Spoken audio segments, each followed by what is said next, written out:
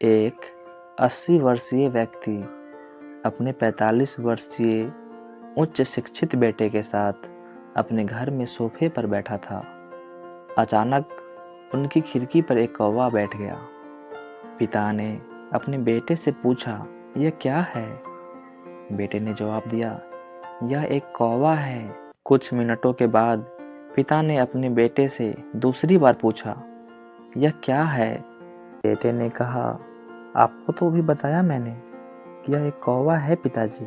थोड़ी देर बाद बूढ़े पिता ने फिर से अपने बेटे से तीसरी बार पूछा, यह क्या है? इस समय बेटे के स्वर में कुछ जलन महसूस हुई। तब उसने अपने पिता से झुंझलाते हुए बोला, यह एक कौवा है, एक कौवा। थोड़ी देर बाद पिता ने फिर से अपने बेटे से चौथी बार पूछा, यह क्या है? इस बार बेटा अपने पिता पर चिल्लाया, आप मुझसे बार बार एक ही सवाल क्यों पूछते रहते हैं? हालांकि मैंने आपको बता दिया कि यह एक कौवा है। क्या आप इसे समझ नहीं पा रहे हैं?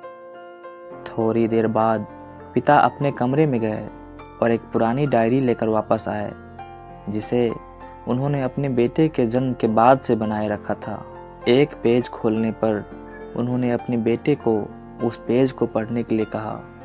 जब बेटे ने इसे पढ़ा तो निम्नलिखित शब्द डायरी में लिखे गए थे, आज मेरा 3 साल का छोटा बेटा सोफे पर मेरे साथ बैठा था। जब खिड़की पर एक कौवा बैठा था, मेरे बेटे ने मुझसे 23 बार पूछा कि यह क्या है, और मैंने उसे 23 बार जवाब दिया कि यह एक कौवा है। मैंने उसे हर बार प्यार से गले लगाया और उसने मुझसे 23 बार फिर से वही सवाल पूछा।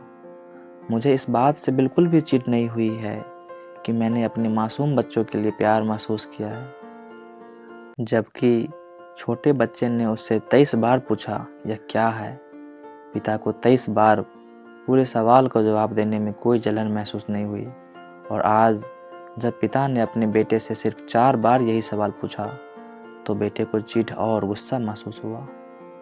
इसे पढ़कर उस बेटे को अपने किए गए व्यवहार का पता चल गया था, जिसके चलते अब वह मन ही मन बहुत शर्मिंदा हो रहा था। शायद उसे अब किए गए अपने बूढ़े पिता के प्रति व्यवहार पता चल गया था।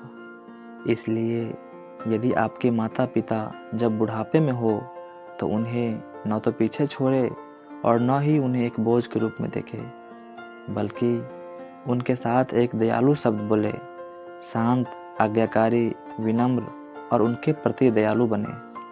और इस बात को कहें, मैं अपने माता पिता को हमेशा खुश देखना चाहता हूँ। जब से मैं छोटा बच्चा था उन्होंने मेरी देखभाल की, उन्होंने हमेशा मुझ पर अपने निस्वार्थ प्रेम की वर्षा की है।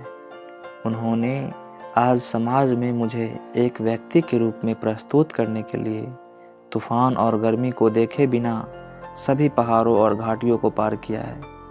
भगवान से प्रार्थना करें, मैं अपने बूढ़े माता पिता की सर्वोत्तम तरीके से सेवा करूंगा। मैं अपने प्यारे माता पिता को सभी अच्छे और दयालु शब्द कहूंगा, चाहे वे कैसे भी व्यवहार करें।